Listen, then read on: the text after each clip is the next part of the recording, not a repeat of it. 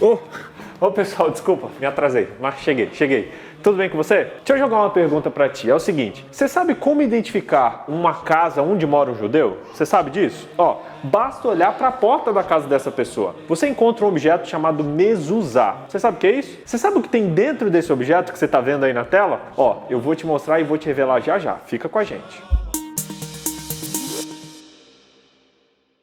Dentro dessa caixinha secreta que os judeus têm na porta de casa, tem o que eles chamam de Shema, que é uma oração e uma declaração de credo. Ela é baseada em uma parte do segundo sermão de Moisés, descrito lá no livro de Deuteronômio, que está no capítulo 6. É isso aí, lá no verso 4 em diante. Essa passagem é tão importante que ela é recitada diariamente em todos os lares judaicos ou também em todos os cultos que existem nas sinagogas. Os judeus fazem isso seguindo a ordem que diz para escrever essas verdades nos portões, nos umbrais das portas e até mesmo para amarrarem nas suas vestes ou então na sua testa. O que eles fazem também com outro objeto que eles chamam de tefilim.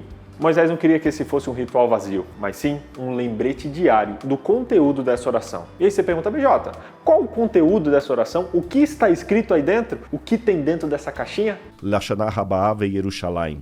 Não é isso não, Rodriguinho. Não. Eu vou ler aqui agora para vocês em hebraico. Olha só.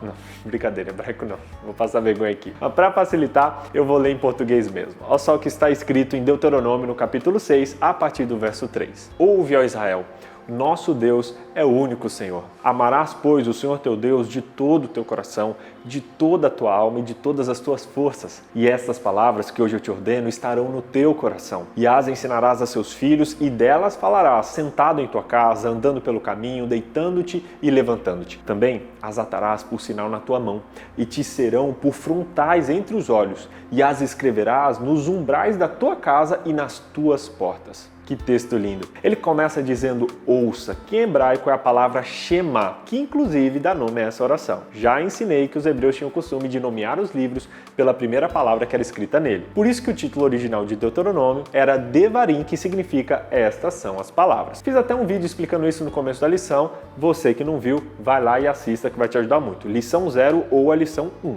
Ouvir na língua hebraica não é uma ação passiva, mas sim ativa. Equivale a obedecer, especialmente no contexto da aliança, como é o caso aqui. Ou seja, ouvir a Deus sem praticar as suas ordens não é ouvir. Aqui já fica uma lição para você que diz que ouve a Deus, que lê sua palavra, que é um seguidor de Deus. Se você não obedece os seus ensinos, você não está ouvindo ele de verdade, não. Em seguida, Moisés convida o povo a amar a Deus de todo o coração, de toda a alma e de toda a força. O que significa isso? Vamos descobrir. Em hebraico, a palavra coração é lebab, que se refere a emoções e ao intelecto ou à vontade. Ela representa tanto a parte emocional quanto a parte racional, pois o coração é o centro dos relacionamentos e das decisões. Amar o Senhor de todo o coração significa ter a sua palavra guiando os nossos pensamentos e pautando as nossas decisões. A palavra hebraica para a alma é nefesh, que geralmente é traduzida como vida, ou seja, se refere a um ser, a uma pessoa inteira, suas vontades, suas sensibilidades, não é espírito vagando, não, uma pessoa viva. Isso abrange o nosso ser por completo,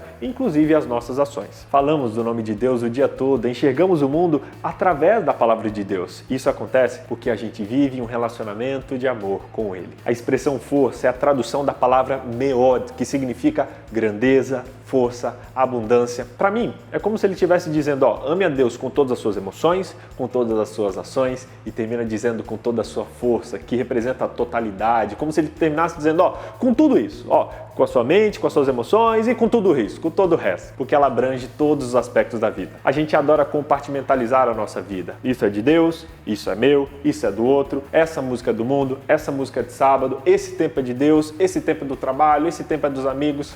Mas, gente, Deus não se contenta com menos do que a nossa totalidade. Ele quer que a gente se entregue a Ele totalmente, Ele quer que o amemos de todo o coração, de toda a alma, de toda a força, com tudo. E eu te pergunto, quais são algumas das maneiras práticas de amar a Deus de todo o coração, de toda a alma e de toda a força? O que a gente pode fazer de maneira prática para representar esse amor? Coloca aqui nos comentários que eu quero ler e responder você. Na segunda parte dessa oração, do verso 6 ao verso 9 do capítulo 6, depois de ordenar a amar a Deus com tudo que a gente é, Ele nos convida a ensinar isso para outras pessoas. Essa verdade não pode ficar guardada apenas para nós, ela precisa ser compartilhada com os que estão à nossa volta, com os nossos filhos, com os que conviverem com a nossa família. Inclusive, uma exigência da aliança era levar o conhecimento às outras gerações. Quem fazia o contrato tinha a obrigação de passar para as novas gerações o que estava redigido no contrato que ele assinou. Essa educação acontece ao longo da vida, caminhando, se deitando, se levantando. Como cristãos, a gente muitas vezes quer evangelizar do púlpito, só falando o que está na Bíblia, mas a Bíblia nos ensina que evangelismo acontece na vida, convivendo com a pessoa, quando você está em casa, quando está caminhando, deitando, levantando. É o que chamamos de discipulado, que é ensinar ao longo da vida. Jesus ordenou, portanto, ide, fazei discípulos de todas as nações, lá em Mateus 28:19. Esse verbo ide, ele está mal traduzido, porque originalmente ele está no gerúndio, que significa indo. Ou seja, enquanto você estiver indo, enquanto você estiver caminhando, faça discípulos. Isso acontece ao longo da vida. Gaste menos energia pregando em cima do púlpito e mais energia em pregar com o seu testemunho, dividindo a vida com as pessoas que convivem com você. O contexto no qual a realidade de Deus é compartilhada é nas atividades diárias. Faça mais isso. As verdades gravadas na nossa rotina nunca mais serão esquecidas. Jamais esquecerei.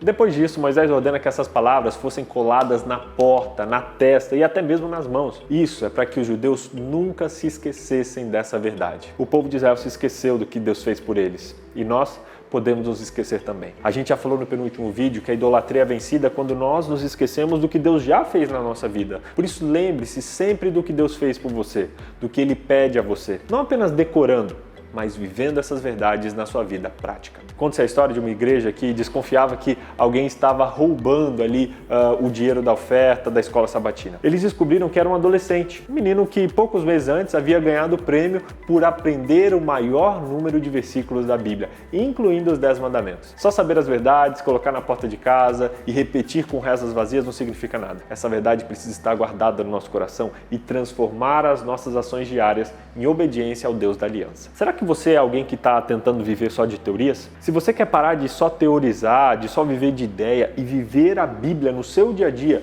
escreve aqui nos comentários, vou praticar. Isso vai me ajudar a ver se você aceita mesmo esse desafio. Esse estudo foi bom demais. Foi bom.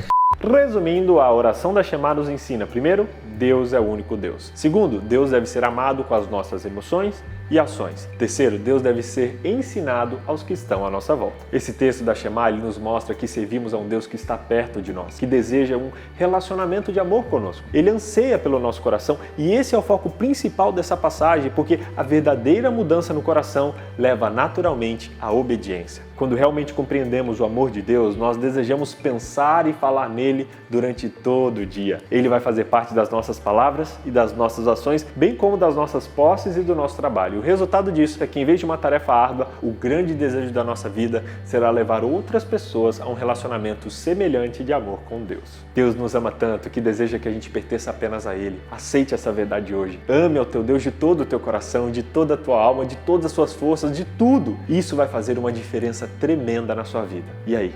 Você aceita colocar em prática na sua vida a oração da Shema hoje? Mas sim um lembrete diário do conteúdo dessa oração, que é o que... Moisés não queria que isso fosse Moisés não... assentado em tua casa, andando pelo caminho, deitando... E delas falarás, assentando em tua casa, andando pelo caminho... Por isso que o título original de... Por isso que o dito... Em seguida, Moisés...